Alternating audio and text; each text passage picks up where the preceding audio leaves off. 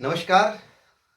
Speak easy के इस नए वीडियो में मैं गणेश जोशी आपका हार्दिक स्वागत और अभिनंदन करता हूं।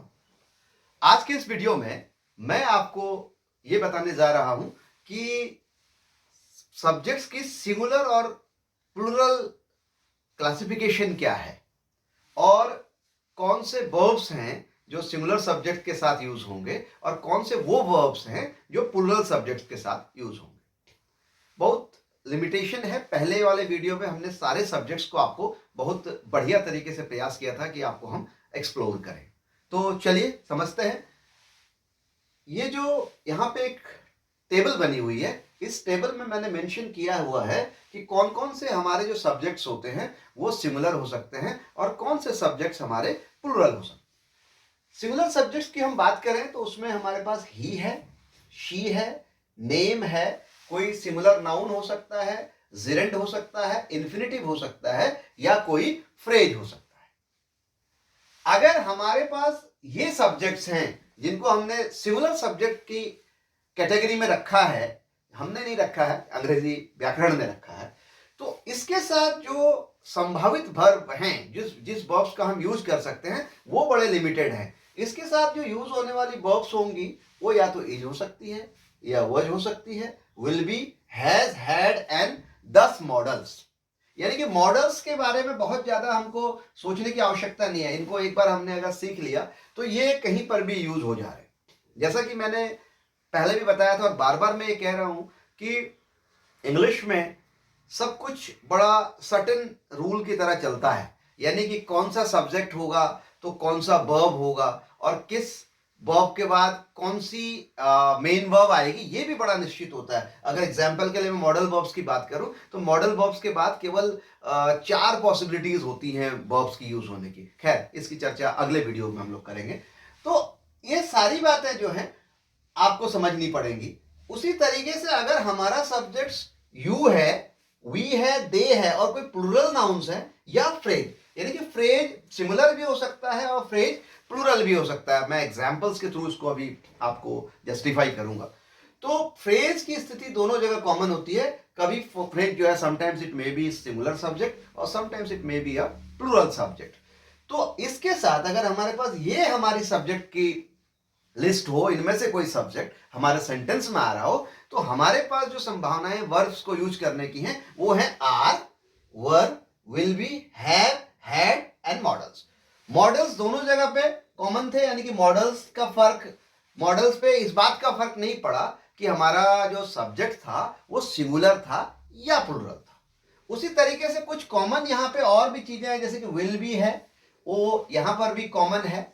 और ऐसे ही हमारा हैड है और जिसपे कोई फर्क नहीं पड़ा। यानी कि ये 2-3 वर्ब्स, यानी कि विल बी या यू कह सकते हैं विल बी, हैड और मॉडल, और यहाँ पे विल बी, हैड और मॉडल्स, ये तीनों आपको बहुत ज्यादा इस पे सोचने की आवश्यकता नहीं है। ये 3 वर्ब्स ऐसे हैं जो दोनों जगह सिंगुलर और प्लूरल सब्जेक्ट के साथ इक्वली यूज हो रहे हैं।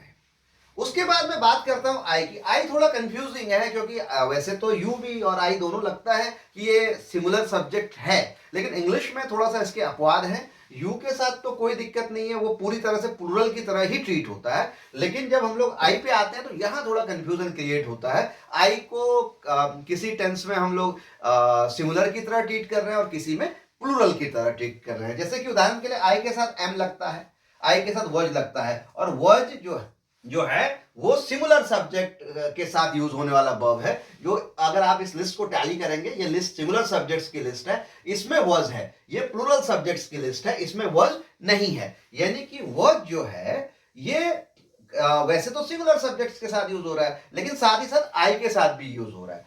अगली लिस्ट में हम आगे बढ़ेंगे तो यहाँ पे एक हैव है। हैव जो है उसे अगर आप देखेंगे तो वो प्लूरल सब्जेक्ट्स के साथ यूज होने वाला प्लूरल वर्ब्स की लिस्ट में है, वो सिमिलर सब्जेक्ट्स के साथ यूज होने वाले सिमिलर वर्ब की लिस्ट में नहीं है, लेकिन यहाँ आई के साथ हैव लग रहा है। तो मैंने इसलिए ये कहा कि थोड़ा सा ये कंफ्यूजिंग है, कभी सिमिलर की तरह ट्रीट हो रहा है और कभी प्लूरल की तरह भी ट्रीट हो रहा है। हैड और मॉडल्स को लेके यहां भी कोई विरोधाभास नहीं है, और विल भी जो है इसके साथ इंक्लूड हो सकता है। विल और शेल मॉडर्न इंग्लिश में मोस्टली शेल को हम लोग यूज नहीं कर रहे हैं, लेकिन जो ब्रिटिश इंग्लिश का जो क्राइटेरिया है उसमें हम लोग विल और शेल दोनों को फॉलो करते हैं। अमेरिकन इंग्लिश में शेल यूज में नहीं आता, लेकिन क्योंकि भारत के अंदर जो पाठ्यक्रम है इंग्लिश का वो ब्रिटिश करिकुलम है, करिकुलम का पाठ्यक्रम है, इसलिए हम लोगों को विल और शेल दोनों को ही जानना पड़ेगा। आई और बी के साथ बेसिकली शेल का ही यूज होता है, लेकिन मॉडर्न इंग्लिश में अगर आप विल भी बोलते हैं तो उसमें कोई दिक्कत नहीं आ रही है। तो इस तरीके से आई को लेकर थोड़ा सा विरोधाभास होता है, इसमें हमको थोड़ा सा कंफ्यूजन होता है कि इसको हम सिंगुलर की श्रेणी में रखें या प्लूरल की श्रेणी में रखें, अन्यथा अन्य जगह पर कोई विभाजन नहीं है। और करना क्या है, हमने करना यही है, सिंगुलर सब्जेक्ट है तो हमारा वर्ब सिंगुलर और प्लूरल सब्जेक्ट है तो हमारा वर्ब प्लूरल। ये सबसे इंपॉर्टेंट चीज है इंग्लिश के अंदर। और इसके साथ साथ हम लगभग 40 से 50% इंग्लिश को ग्रैब कर सकते हैं, बहुत इजीली हम 40 से 50% इंग्लिश को सीख सकते हैं, केवल इतनी छोटी सी बात है जो हमने पिछले 8-10 वीडियो में आपको बताने की कोशिश की है। अगर आप इसको समझ लें कैसे इसको यूज करना है तो मैं मानता हूं कि हम 50% अंग्रेजी को अपने अधिकार में ला सकते हैं। खैर, तो आशा करता हूं यहां तक आपकी बात समझ में आ गई हो। फिर भी आपका कोई प्रश्न हो तो आप हमें कमेंट्स कर सकते हैं और उन कमेंट्स का हम यथासंभव प्रयास करेंगे कि आपके सभी जितनी भी आपकी समस्याएं हैं उनको हम सुलझा दें। इसके बाद अब एक प्रश्न ये सामने आता है कि इसमें से मोस्टली मैं समझता हूं कि ही को आप जानते होंगे, शी आपने सुना है, नेम, सिंगुलर, नाउन, ये सभी चीजें मोस्टली आपके दिमाग में होंगी। थोड़ा सा हो सकता है कुछ बच्चों को जानकारी ना भी हो, कुछ स्टूडेंट्स को ये जानकारी ना हो कि जिरेंड क्या होता है, इन्फिनिटिव क्या होता है और फ्रेज क्या हो सकता है। मैं ये नहीं कह रहा हूं कि सभी नहीं जानते होंगे, संभव है कुछ लोगों को नहीं भी पता हो। तो मैं सबसे पहले अब आपको ये 3 वर्ड जिरेंड, इन्फिनिटिव और फ्रेज ये समझाने की कोशिश करता हूं कि जिरेंड, इन्फिनिटिव और फ्रेज होते क्या है।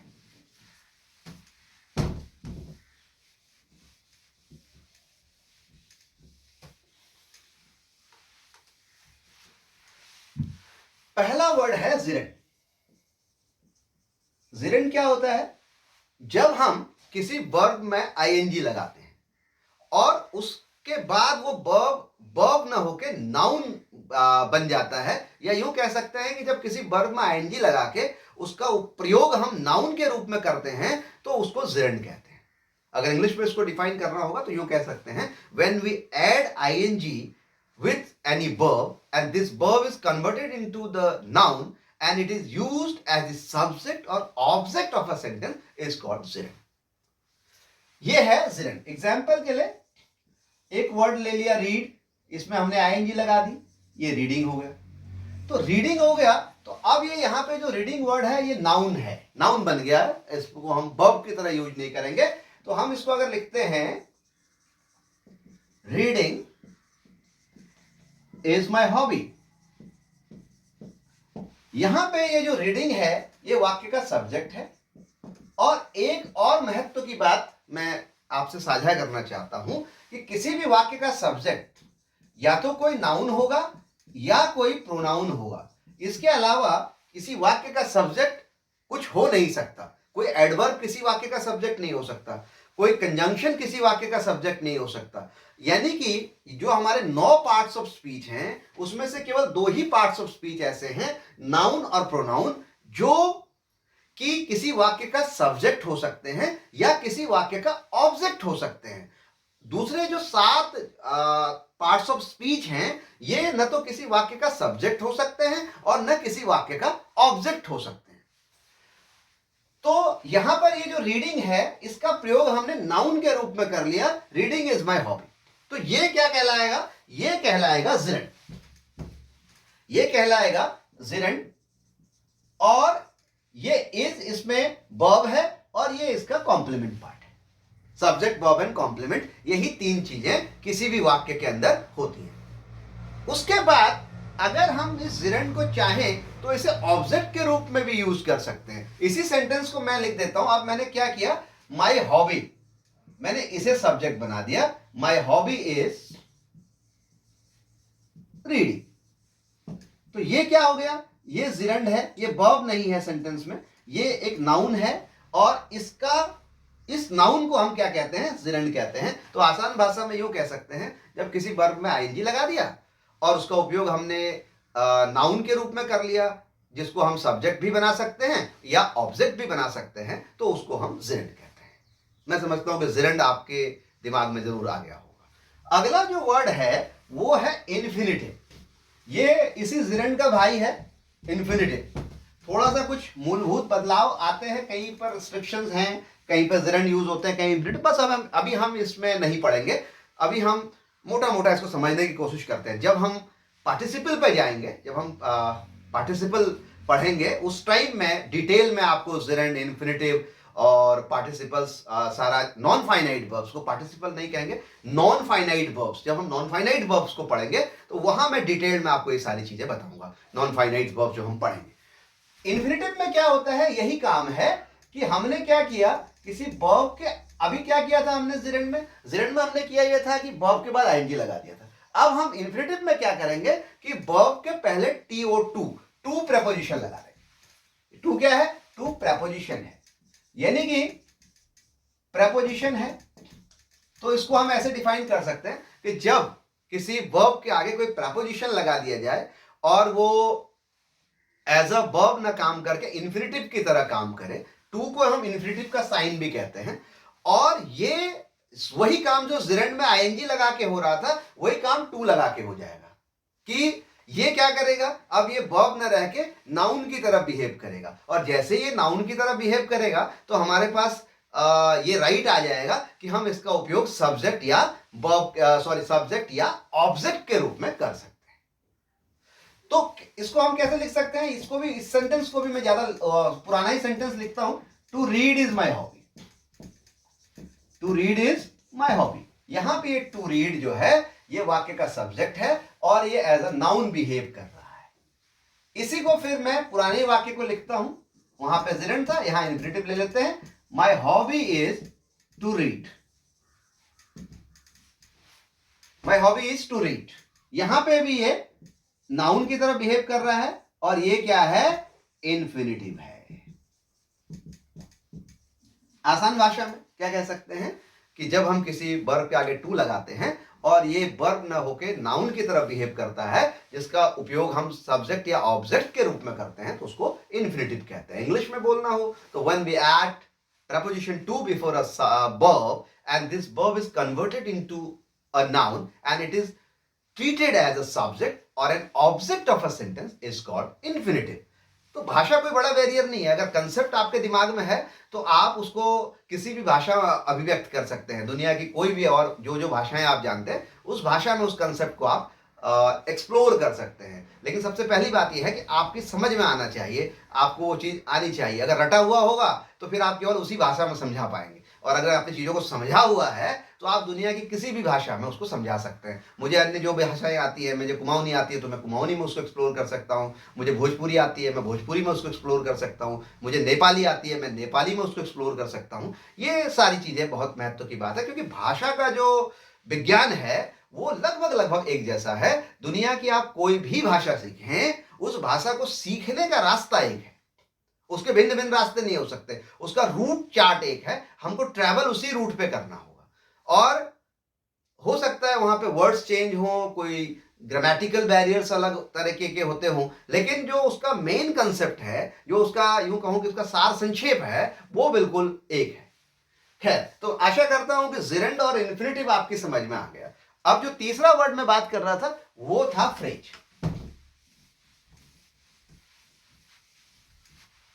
तो फ्रेज क्या है, फ्रेज क्या होता है, फ्रेज एक group of parts of speech है। जनरली जब किसी वाक्य का सब्जेक्ट सिंपली या तो कोई नाउन होता है या कोई प्रोनाउन होता है, यानी कि एक सिंगल पार्ट्स ऑफ स्पीच होता है, नाउन या प्रोनाउन। लेकिन कभी कभी क्या होता है कि एक से ज्यादा पार्ट्स ऑफ स्पीच मिलके वाक्य का सब्जेक्ट बनाते हैं। जैसे कि एग्जाम्पल के लिए एक चीज मैं कहूं, these blue birds are flying, these blue birds are flying. यहां पे क्या है, इस वाक्य का सब्जेक्ट है, ये तीन शब्द मिलके वाक्य का सब्जेक्ट बन रहे हैं। इसमें दीज एक डेमोन्स्ट्रेटिव प्रोनाउन है, ब्लू एक एडजेक्टिव है और बर्ड्स क्या है, नाउन है। यानी कि इस वाक्य का सब्जेक्ट क्या है, इस वाक्य का सब्जेक्ट दीज ब्लू बर्ड्स है, जिसमें 3 पार्ट्स ऑफ स्पीच है, एक प्रोनाउन है, एक एडजेक्टिव है और एक नाउन है। तो ये इस तरीके का जब किसी वाक्य का सब्जेक्ट एक से ज्यादा पार्ट्स ऑफ स्पीच मिलके बना रहे हो तो उसको हम लोग फ्रेज कहते हैं। When the subject of a sentence is the combination of more than two parts of speech is called phrase. अब एक और इंपॉर्टेंट बात, आपको पीछे जाएंगे ध्यान आ रहा होगा, पीछे वीडियो को पीछे करेंगे तो आप ये पाएंगे कि मैंने लिखा था फ्रेज को सिंगुलर सब्जेक्ट के साथ भी लिखा था और प्लूरल सब्जेक्ट के साथ भी लिखा था। अब आप देखिए इस सेंटेंस को आप एनालाइज कीजिए, दीज ब्लू बर्ड्स आर, यहां पे इज नहीं हुआ। क्यों नहीं हुआ इज? क्योंकि ये जो बर्ड्स है ये प्लूरल है, यानी कि फ्रेज के अंदर अगर वो फ्रेज है तो बेसिकली जो वर्ब होगा वो इस बात पर डिपेंड करेगा कि उसमें यूज होने वाला नाउन सिंगुलर है या प्लूरल है। क्योंकि ये बर्ड्स यहां पे प्लूरल सब्जेक्ट था, प्लूरल नाउन है, इसलिए हमने इसके साथ आर को यूज किया। यही सेंटेंस कुछ इस तरीके से लेते हैं, अगर ये सेंटेंस यूं हो जाता, this blue bird is flying. अब आप देखिए यहां पे क्या हुआ, सेम वही प्रोसेस है। दीज जो है वो किसका प्लूरल है, दिस का प्लूरल है, ये डेमोन्स्ट्रेटिव प्रोनाउन है, ये ब्लू ऊपर भी एडजेक्टिव नीचे भी एडजेक्टिव ही रहेगा और ये एक नाउन है। यहां पे क्या किया, एक सिंगुलर प्रोनाउन और एडजेक्टिव के साथ सिंगुलर नाउन ने मिलके एक सेंटेंस का सब्जेक्ट बनाया। सारा कुछ वही है, प्रोनाउन है, एडजेक्टिव है, नाउन है, लेकिन चूंकि यहां पे ये नाउन एक सिंगुलर नाउन है, ये प्लूरल नाउन नहीं है, इसलिए इस पे उपयोग होने वाला जो वर्ब है ये सिंगुलर। तो मैंने वहां लिखा था कि जिरंड क्या है, sometimes it is equally treated as singular and plural subject. तो जिरंड कैसे सिंगुलर और प्लूरल हुआ ये आपकी समझ में आ गई होगी बात। तो अच्छा, एक और जो बात है इंपॉर्टेंट, क्योंकि यहां दिस था तो यहां बर्ड्स हो नहीं सकता, यहां दीस था तो यहां बर्ड नहीं हो सकता। क्योंकि मैंने पिछले वीडियो में एक्सप्लेन किया होगा, आपको ध्यान ना आया हो, अगर आपने पिछले वीडियो हमारी ना देखी हो तो उसे आप देख सकते हैं कि दीज, अगर मैंने बताया था कि अगर आपका सब्जेक्ट प्लूरल है तो उसके साथ प्लूरल वर्ब भी होगा और साथ ही साथ अगर वो किसी नाउन कॉम्प्लीमेंट से पूरा हो रहा होगा तो वो कॉम्प्लीमेंट भी प्लूरल होना चाहिए। ये मैंने पिछले वीडियो में डिटेल में एक्सप्लेन किया था। तो ये सारी चीजें आपकी समझ में आ गई होंगी, ऐसा मैं आशा करता हूं। अब मैंने क्या कहा कि जो फ्रेज हैं, अब आपके मन में एक प्रश्न आ रहा होगा कि सर ये जो फ्रेज है क्या इसको हम ऑब्जेक्ट की तरह यूज कर सकते हैं? हाँ भाई बिल्कुल कर सकते हैं, इसमें कोई दिक्कत नहीं है, आप इसको ऑब्जेक्ट की तरह यूज कर सकते हैं। वो कैसे कर सकते हैं? अब आप एक सेंटेंस देखिए, I like these white cats. इसमें क्या है, ये सारा का सारा जो पार्ट है ये ऑब्जेक्ट का पार्ट है और ये क्या है, एक फ्रेज है। तो इसकी डिटेल डेफिनेशन ये हो सकती है कि जब एक से ज्यादा पार्ट्स ऑफ स्पीच मिलकर किसी वाक्य का सब्जेक्ट बनाते हैं या ऑब्जेक्ट बनाते हैं तो उसको हम लोग क्या बोलते हैं, फ्रेज बोलते हैं। यानी कि फ्रेज के भीतर एक से ज्यादा पार्ट्स ऑफ स्पीच होंगे, ये कंडीशन है। अगर वो किसी, और बेसिकली अगर ऐसा हो रहा है तो वो मोस्टली सब्जेक्ट और ऑब्जेक्ट के रूप में ही यूज होते हैं, ये भी मोस्टली ऐसा होता है। तो आशा करता हूं कि आपकी समझ में जिरंड, इन्फिनेटिव और फ्रेज आ गया होगा। इसमें एक और बात जो मैं बताना चाहता हूं, मुझे लगता है कि ये भी एक्सप्लेन करना चाहिए। 2 वर्ड्स बार बार निकल के आए, सब्जेक्ट्स तो आपने समझ लिए, सब्जेक्ट्स आपकी समझ में आ गया। अब हम थोड़ा सा ऑब्जेक्ट्स पे चर्चा करते हैं। इस शब्द का नाम 2-3 बार हमारे पास कई बार हमारे वीडियोस में बार बार आ रहा है। तो अब क्या होता है, सब्जेक्ट्स जैसा कि मैंने क्या बताया था, आपके पास वो लिस्ट होगी, अगर वहां चले जाइए आप, this that it he she name